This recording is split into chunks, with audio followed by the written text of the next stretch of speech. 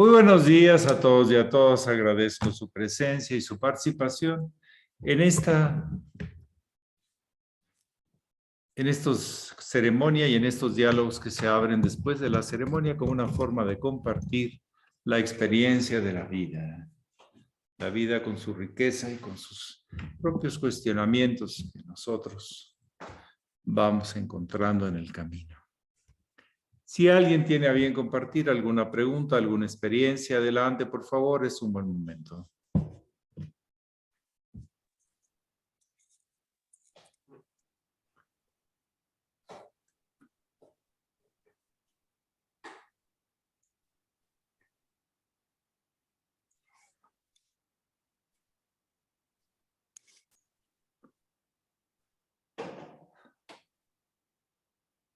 Ustedes tienen la palabra.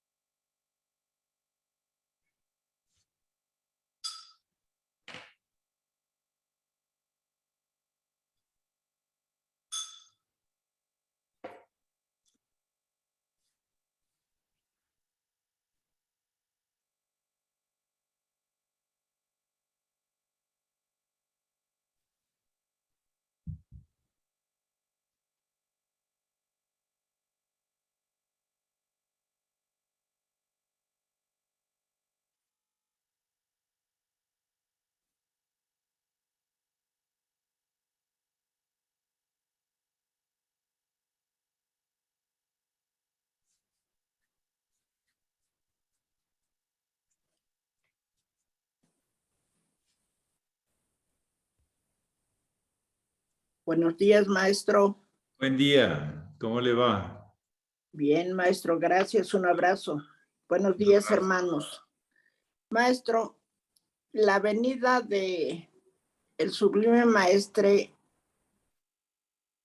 América tiene algunas señales. No es al azar la fecha, el tiempo en que él llega a América. ¿Nos puede compartir algo? Bueno, los significados depende de la persona, pero no sé exactamente cuáles serían más relevantes para el maestro. Pero él sale precisamente en una fecha donde se da eclipse de su luna, o sea, hay un cambio importante. Él buscaba señales en su propia carta natal y en los signos de los tiempos. Está por un tiempo en Nueva York, 1 o 2 semanas, creo. Y luego está 1 o 2 semanas en Guatemala, en casa de su suegra y de su cuñado. O sea, el hermano y la madre de Luisa Baudín. De alguna manera él pues se organiza o toma la decisión de tomar un vuelo para llegar a Caracas el día 17 de enero. El día 18 es la fecha de su cumpleaños y él quería pasar su 33º año, cumpliendo 32 en esa fecha, ya en la misión. Él sabía que había alguien en Venezuela que le esperaba. No sabía quién era, no sabía cómo se iba a llamar o cómo se llamaba, ni qué iba a ver ahí. Pero su maestro, el digno Sun Wukong, le había indicado que había alguien esperándolo en Venezuela. Él era inteligente y sabía que si iba a una misión pública necesitaba hacer algunos aspectos de difusión. Entonces él había mandado desde Francia, le había pedido a una pareja, no recuerdo los nombres, que luego vivieron un tiempo en el Arran de Limón, francesa, que se adelantara para poner en aviso a la prensa venezolana que iba a llegar un astrólogo francés. Así fue anunciada su llegada. Igual que en Nueva York, cuando él llega a Nueva York en el vapor ese, que por ahí encontré la boleta de entrada migratoria de él y de Luisa. Por ahí me las encontré. Investigando, ellos llegaron con una señora a Nueva York que había conocido la fama o ya lo conocía de su capacidad como astrólogo. Iba a dar unas charlas con personas del ambiente social donde se movía esta señora, que era un alto nivel en Nueva York. Ahí se da a conocer, rápidamente se corre la voz de que es una eminencia, un iluminado, un yogi, un astrólogo, que sabe mucho. Entonces rápidamente toma fama y en ese poquito tiempo que estuvo en Nueva York, entre, podríamos decir, finales de noviembre y principios de diciembre, él pudo acreditarse y obtener inclusive un apoyo para poder continuar su misión.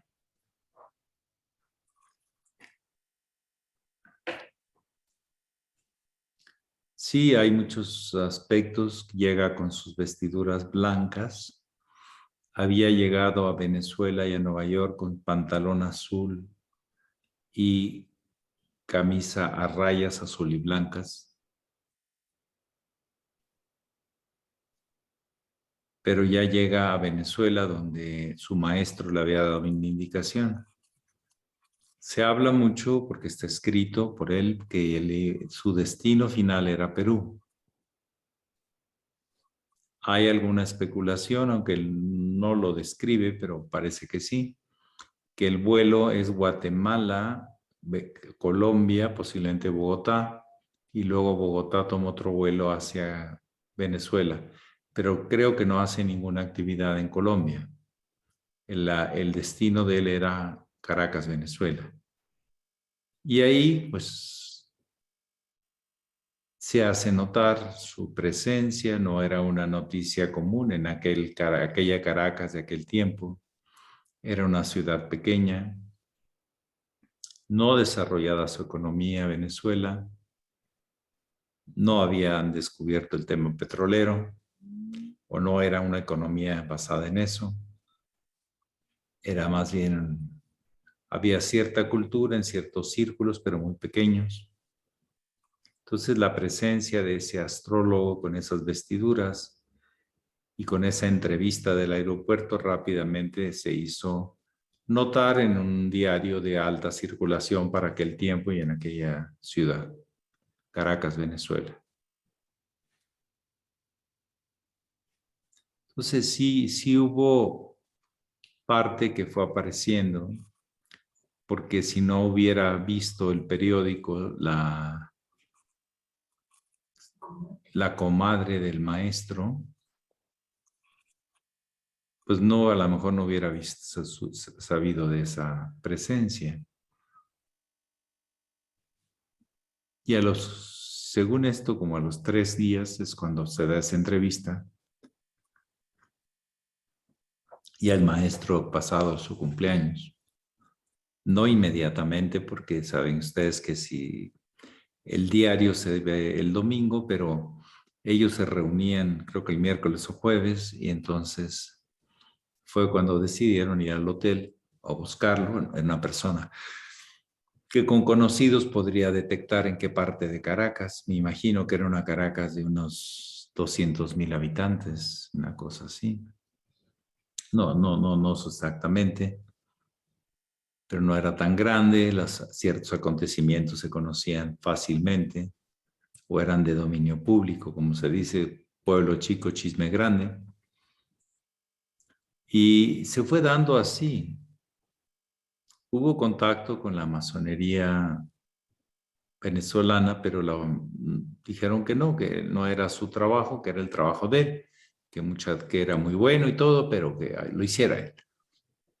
Y es cuando obtiene el apoyo para un amigo o discípulo del maestro Estrada de Maracay.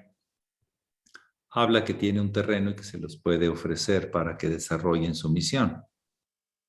Era un pueblito, Maracay, y aparte era un vecindario ahí alejado de Maracay, el pueblito de Limón, o la caserío de Limón. Yo creo que más bien era una caserío. Y ahí se empieza a establecer la misión. Iban 2 veces por semana, una vez por lo menos, cada viernes se iba a Caracas, pero el resto permanecía en el ARRAM. Son anécdotas, bueno, de que habla del ambiente y de las circunstancias en que empezó el proyecto. No empezó desde el ángulo intelectual o arriba, sino desde abajo, desde la construcción de un lugar semiselvático o altamente tropical, con mucho calor, que tenía agua de una cascadita. Y así empezó todo. Pero iba a Caracas a dar estudios y a estar al tanto de muchas cosas, porque pues, allá el Limón estaba bastante aislado.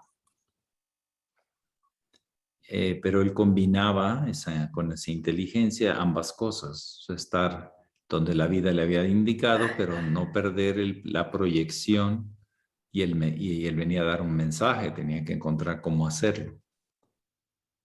Es lo que puedo comentar así en base a su pregunta. No sé exactamente qué me está preguntando, pero es lo que me nace ante su pregunta, reverendo Leticia. Maestro, gracias. Adelante, Nash. Sí, muy buenos días, querido maestro, muy buenos días a todos. Pues como mañana es el aniversario del natalicio del maestro Laferrier y esta semana pues también nosotros lo citaremos y lo estudiaremos durante la semana en nuestro centro. Quería hacerle una pregunta relacionada con lo que usted acaba de citar, el trayecto del maestro Laferrier. Tengo entendido que nuestros maestres, los que iniciaron este linaje, uno de ellos perteneció a la masonería, otro estuvo en contacto con la sociedad teosófica, otro estuvo en la Iglesia Católica Liberal y, sin embargo, fundaron este movimiento. Yo quería preguntarle si sabemos qué les movió a dejar esas instituciones que también tenían un ideal, supone, por formar esta otra, si aquello se les quedaba pequeño, si vieron que en aquellas instituciones no se incluía esa misión que traían para la nueva era. Gracias. Posiblemente tanto en la teosofía o en la masonería se hablaba de la nueva era ya. Había autores de los años 30, 20 que sí habían hablado ya del advenimiento. Blavatsky lo habla ya en 1870, 80, 90, por ahí. Entonces ya había ciertas cosas del advenimiento de la nueva era, pero veían que estas instituciones pues no cumplían con las características de un nuevo proyecto para presentar a la humanidad un nuevo estado de conciencia, el estado del Hijo del Hombre. No llevaban disciplinas en ninguna de ellas, eran de estudios, de rituales. Posiblemente algunos de repente se hacían medio vegetarianos. El antecedente es que el maestro Estrada ya cuando llega el maestro de la Ferrier, ya conocía de señales entre los iniciados en la parte física, en el nombre, en el horóscopo y todo ese tipo de cosas. Entonces podían hablar en ese terreno. Hay diferentes opiniones de cuándo entra el maestro de la Ferrier a la masonería, cuándo obtiene su certificado, etcétera, etcétera, pero eso no voy a meter. Simplemente que no había la posibilidad de presentar la opción más integral, más de acuerdo al mensaje de lo que traía el doctor Laferrier. Entonces abrieron una institución en nombre de ese gran ideal de todos los tiempos, de la gran fraternidad universal, intentando hacerla, vivirla, expresarla, manifestarla. Ya había habido buenas intenciones desde la reunión de Bruselas y de París en el año 46, 47, 45, 46 es la de Bruselas, no recuerdo, y la del 47 en París. Estaba todo como moviéndose para el advenimiento. Había un grupo que decía que había que unir toda la fuerza espiritual para el arribo de la nueva era. Estoy hablando del 47. Para eso fue esa reunión en París de varias organizaciones con sus propios estilos y orientaciones. Pero había que definir el rumbo del proyecto que traía el maestro de la Ferrier, y para eso estaban los discípulos llegando a aprender esa síntesis, esa visión, esa enseñanza que el maestro de la Ferrier tenía. Entonces ya pasaba a segundo plano lo que ya otros estaban haciendo en su forma parcial. Seguramente todos esos antecedentes les sirvieron para proponer esa síntesis de organización que tratamos de continuar. Ya les he dicho que en el ángulo iniciático no somos templarios, pero continuamos la misión templaria. No somos budistas, pero continuamos la misión del Buda para conocer nuestra verdadera naturaleza, etcétera, etcétera. No nos limitamos a una sola corriente porque todas son, más que todo, en su aspecto superior, diferencias de lenguajes, diferentes culturas, pero la orientación ya hacia lo que se refiere, para mí es lo mismo, como para muchas personas. No queda en lo ideológico, queda en la forma de vivir, en la forma de practicarlo. Y ahí es donde estas organizaciones a las que usted se refiere, pues no alcanzaban a presentar un nivel de transformación en las condiciones de actos. Y todavía yo creo que esa consigna sigue viva. No se trata de presentar una nueva ideología, una nueva doctrina. Se trata de presentar una nueva forma de vivir con las disciplinas asumidas de autotransformación, de autogestión, que nos presenta el maestro Laferrier y que nos enseña con su vida y con la vida de su primer discípulo, sobre todo, en tantos amplios sentidos, que era el más preparado, había leído más, había estado en más lugares, tenía más contactos. Le preparó y le abrió la misión a su maestro. Entonces, para cumplir esa misión de presentar a la humanidad un nuevo modelos de vida. Yo he escuchado a mucha gente que está muy enterada de muchas ideas, pero no practica nada o no cambia sus hábitos tanto. Y está bien, dice el maestro de la Ferrier, que tener buenas ideas es bueno, pero practicarlas es mejor. Tener una opinión, pero que sea sincera, que esté comprometida. Porque si es especulativa, pues es especulativo. Ya, no hay que despechar eso, pero no alcanza a la misión que pretendemos de presentar modelos que valgan la pena. Si alguien habla de una cosa pero practica lo contrario, no tiene sentido. No es un modelo a presentarse a la humanidad. Por eso inclusive se ha abierto este nuevo proyecto para poder continuar la línea. No hemos abierto la línea ya está desde siempre. La sagrada tradición iniciática, sirviendo al mundo.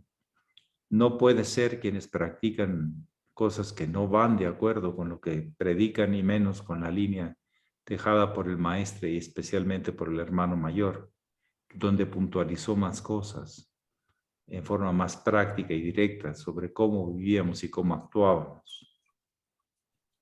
Es lo que puedo comentar.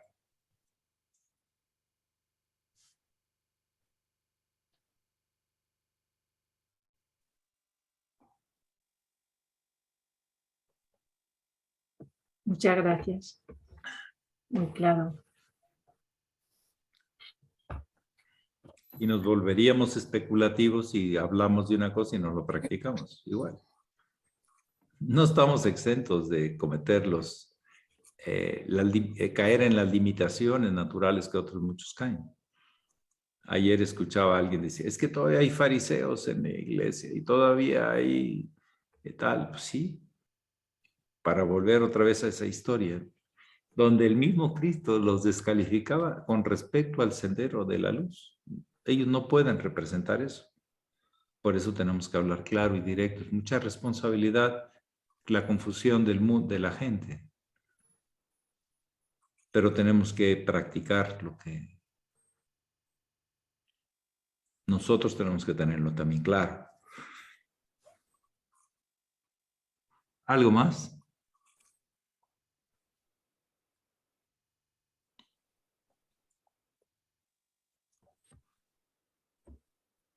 Tenerlo claro y vivirlo claro. Con un sentido, con una gusto de poder tener esas herramientas tan buenas.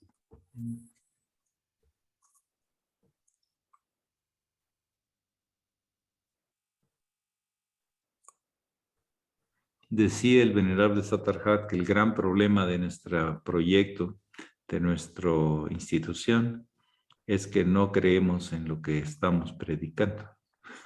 Se ven los hechos muchas veces.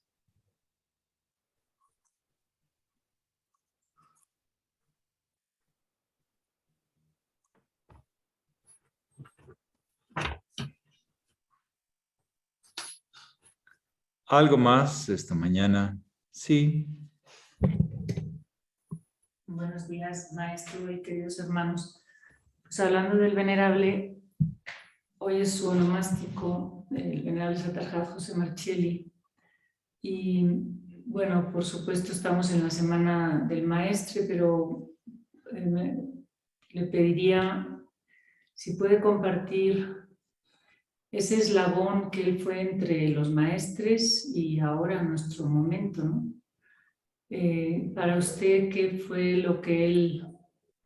Bueno, es muy amplio, pero si pudiera hablar lo que convivió usted muy cerquita de él también, lo que significó o lo que él le entregó. Gracias.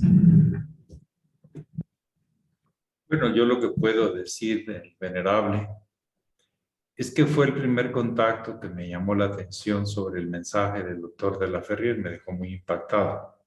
Un 18 de enero de 1974, él como GACPA, recién GACPA en el 72, diciembre del 72, daba una conferencia para la apertura de la nueva casa sede en Urdiales 700, en Monterrey. Y por cosas de destino y queriendo y no queriendo, aparecí y llegué ahí sin haberlo pensado. Yo supe de eso a las 6 de la tarde y la conferencia era a las 7. O sea, algo así, para que vean cómo fue fortuito. Y me impactó tanto la visión del entonces GACPA Marcelli. Estaba muy empapado, había dado varios ciclos de los propósitos psicológicos, conocía muy a fondo los libros, le gustaba la lectura, era un gran lector. O sea, dicen que todos lo sabían, no, él abrevaba de muchos autores, pero lo estudió al maestre muy a fondo y había convivido ya casi por más de 10 años con el hermano mayor. El hermano mayor sale en el año 61 y ya tenía él 3 años practicando yoga, pero estamos hablando del 74, 13 años de conocer al maestro Estrada. Ya era su discípulo. Entonces yo veo que esa fusión entre la visión tan amplia, tan universal, tan integrada, tan síntesis del maestre de la Ferrier y la forma práctica, directa, concreta, de cómo vivir todo eso del hermano mayor, siempre fue un eje. Y poniéndole el estilo y las capacidades que él tenía como persona. Y pues, las mismas historias y procesos que estuvo teniendo que trascender como persona. Era una conjunción entre José Marcelli, el maestro y el hermano mayor. Él creo que no toma más referencias así tan directas. Sí le gustan algunos autores, pero como prácticas yo creo que, pues... Y bueno, cuando desaparece físicamente el sublime hermano mayor en el año 82, como en el año 84, un año después, hubo una visita de él, del entonces gurú José Marcelli, a Monterrey. Y entonces pude hablar con él sobre el camino iniciático y que yo consideraba mi padre espiritual al hermano mayor y que yo no podía tener dos padres en una encarnación como tal. Que yo tenía que ser leal y todo, y lo entendió muy bien. Si yo le entiendo y le respeto que usted sea así de coherente, no cambiarse a la primera. Pero le dije, yo veo que usted sigue la línea y a usted tuve un contacto y le expliqué. No se acordaba él, pues, que yo era un curioso ahí esa noche, ¿no? No estaba tan integrado con el grupo, entonces posiblemente no me recuerdo. Posiblemente se recordaba de una gente alta, tenía una excelente memoria, pero etcétera. Y entonces con él dijo, yo no le puedo pedir que abandone a su padre, porque su padre será siempre su padre, igual que es mi padre espiritual. Entonces somos hermanos. Y así espiritualmente lo veo y lo considero. Y entonces dijo, entonces, ¿qué le parece? Usted va adelante, en lo que le pueda ayudar, cuente conmigo. Digo, le agradezco su disposición. Y así fue por muchos años, siempre tratando de ayudar a la misión.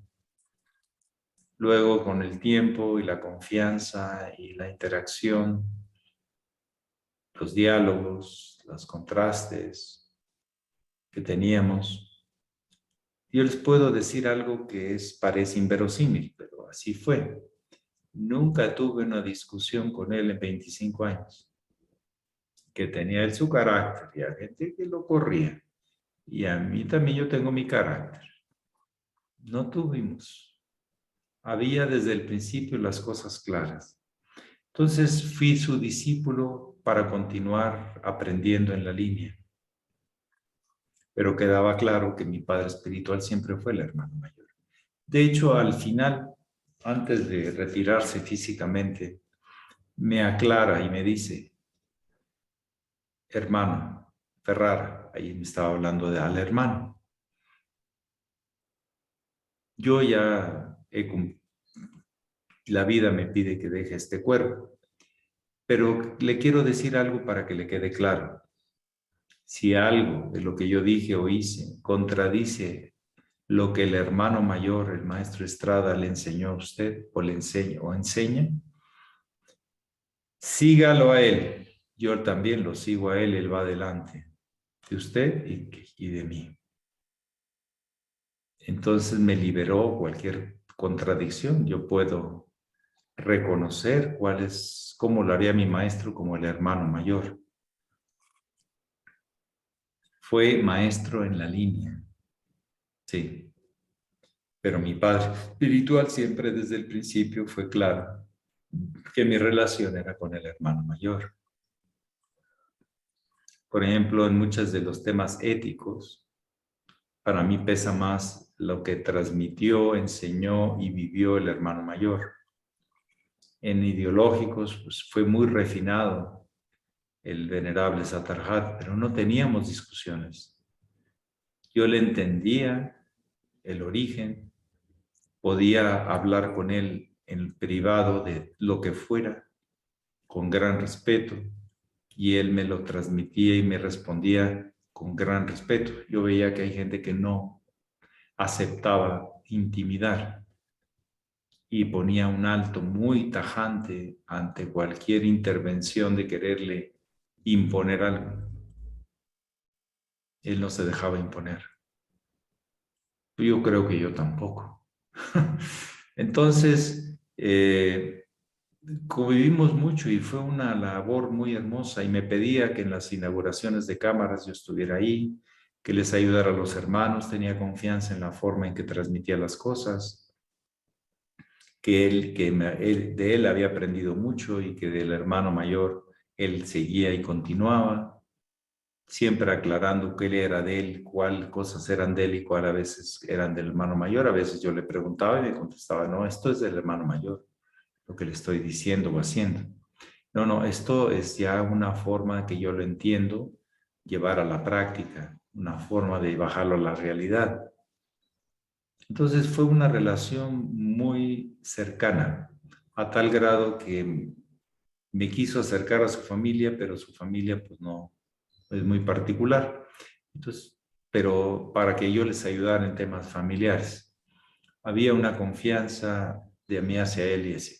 Y una vez me lo dijo, dice, mire, me comporto con usted, porque con la mayoría no me puedo comportar así, porque todavía le tengo confianza, no me ha demostrado un evento por el cual yo pues desconfié de usted hasta hoy. Pero si un día desconfío, no se preocupe, yo se lo haré saber. Y está bien, maestro, pues para eso me puede ayudar. Entonces hubo una cercanía, una colaboración de muchos años. Yo le agradezco tanta generosidad, tanta apertura, tanta cercanía, tanto compañerismo, tanta referencia en su luz. No tengo más que agradecimientos. Y para terminar, yo quisiera decir algo que ojalá también los discípulos vayan aprendiendo. Yo es lo que les puedo transmitir. Agradezco la luz y las sombras de mi maestro, el maestro Marcelli. Ambas me hicieron crecer, ambas me hicieron reflexionar, ambas me hicieron distinguir cosas. Yo no puedo decir nada más agradezco la luz, agradezco también sus errores, o vamos a llamarle aprendizajes, e inclusive cómo con el tiempo él fue ajustando. O sea, él siempre fue alguien que sabía que tenía que dar mucho. Y a veces él, les puedo decir por haberlo conocido, sentía que no tenía con qué. Y él me dio una vez una respuesta, me dijo, lo que pasa es que, mire, no es una forma de que yo me evalúe solo, Pero cuando yo veo el comportamiento de mis discípulos, sé que no he sido buen maestro. No importa ya repetirles lo que les he venido repitiendo, no les llega. Y el maestro asume la responsabilidad por el discípulo. Hubo muchas cosas de honor, de libertad interior, que el maestro me mostraba y me aclaraba en una relación muy definida, sin entrar en ninguna discusión. Por el contrario, creo que entendía el espíritu y lo que me quería decir, no solo las palabras. Y así fue. Me fue antes de que yo diera el paso de gurú en el 2007. Ya como en el año 2001, 2002, ya me estaba diciendo, prepárese. Yo fui gelón en el 94. Prepárese que a usted le va a tocar. Prepárese porque usted tiene que dar todo lo que trae. Y yo decía, pero maestro, ¿de qué me está hablando? Del paso, del siguiente paso. No, no se haga. Le estoy siendo muy directo.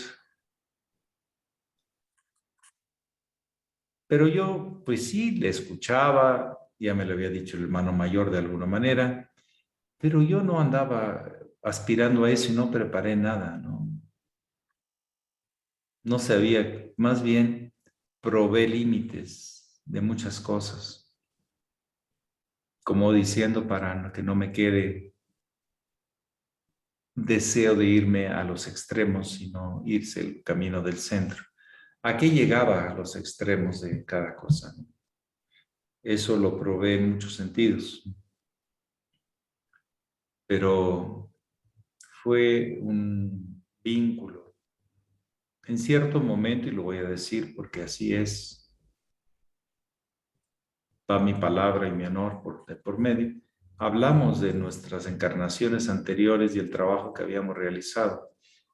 Y él me dijo que él tenía la misma visión. Dice, así como usted me lo dice, estoy totalmente de acuerdo. Ese era yo y ese era usted. Yo también tengo esos recuerdos presentes.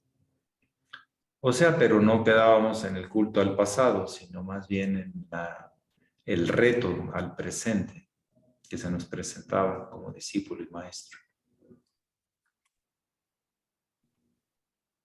Aunque más anterior fue con el hermano mayor que también tuvo oportunidad, entonces son cosas que agradezco mucho, esa confianza, esa apertura. Él a veces no hablaba mucho de temas psíquicos, el venerable Marcelli, porque había visto muchas deformaciones, pero no quería decir que las descartaba. Simplemente prefería no fomentarlas, sino cargaba más al lado más concreto, a la misión más concreta, y no a privilegios y títulos y cosas del pasado, que esos pues no sirven de mucho si no concreta uno nada. O concreta cosas que no son concordantes con eso. Bueno, pues es un poquito de así, de pinceladas de una relación de 25 años. ¿Y cómo inspiró las cámaras y los árboles? Y también, pues yo tuve una compenetración, me decía el asesor de cámara, a mí. Yo no había sido masón, yo no tenía esa preparación, antecedentes. Yo no estaba vinculado con nada de eso. Pero se me hacía muy de sentido común las cosas. Lo capté rápido. Y esa había sido parte de mi misión, ser guardián. Por eso el símbolo que uno lleva en el cuerpo le ayuda a ver parte de su misión. Dentro de tantas misiones que hay para cumplir la gran misión, pues a mí me toca una cosita y entonces me reconocía y me dice, usted tiene los símbolos y tal, pero era más como un decir, no se me haga a un lado, éntrele. O sea, no era una como echar incienso, sino decir, usted está comprometido, entiéndalo. Usted tiene los recursos, entiéndalo, inténtelo.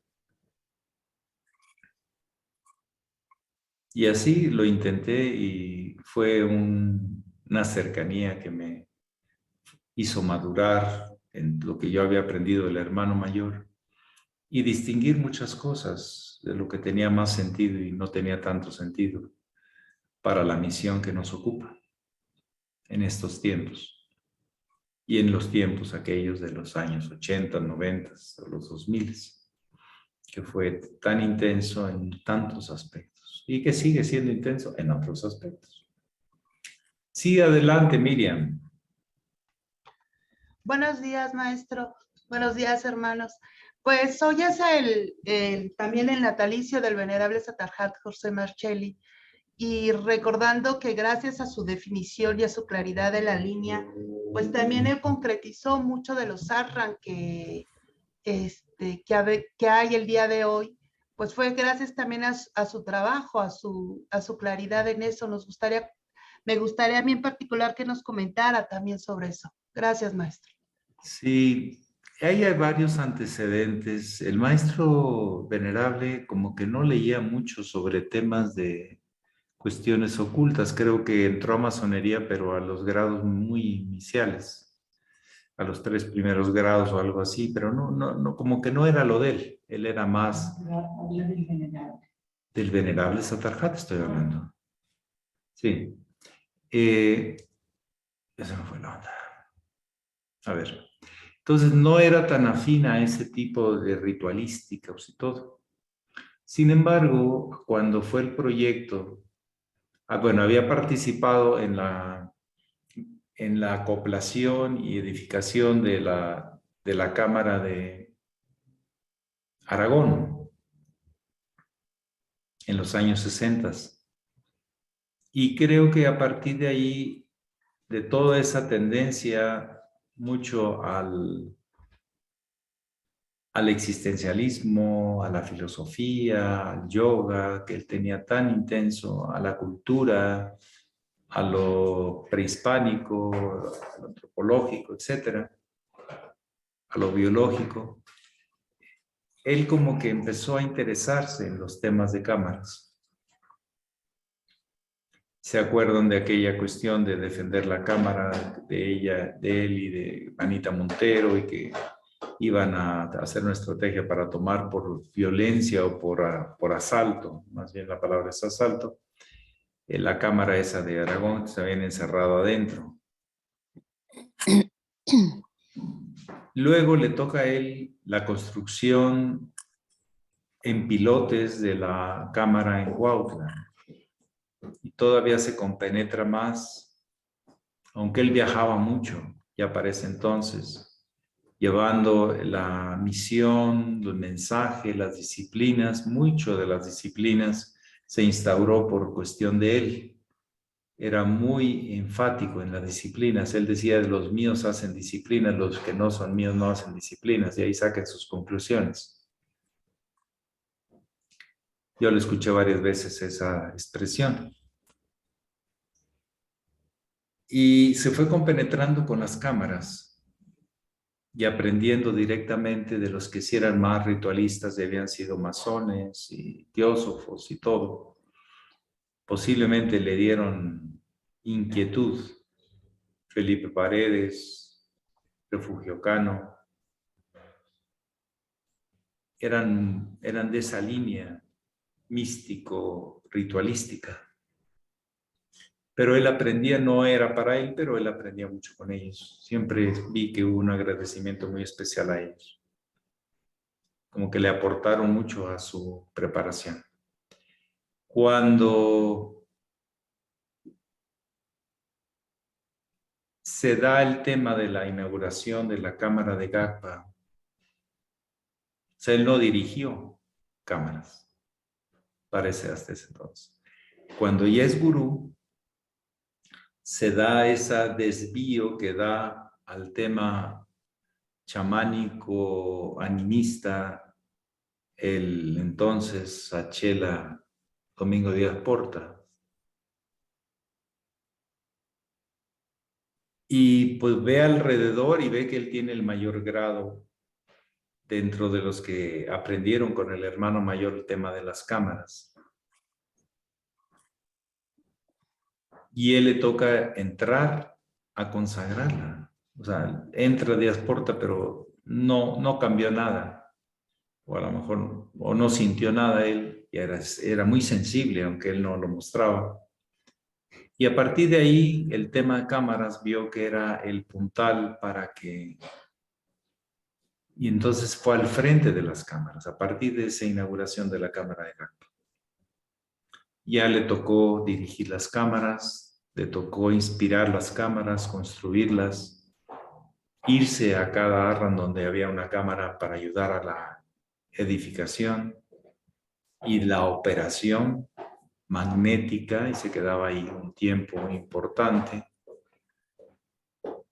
Entonces como que de él tenía una orientación personal de otro tipo, pero la vida lo fue llevando y la misma demanda de la misión le fue llevando, y compenetrándose más, y habló mucho de las cámaras, inspiró mucho de las cámaras, fue muy enfático en unas cosas.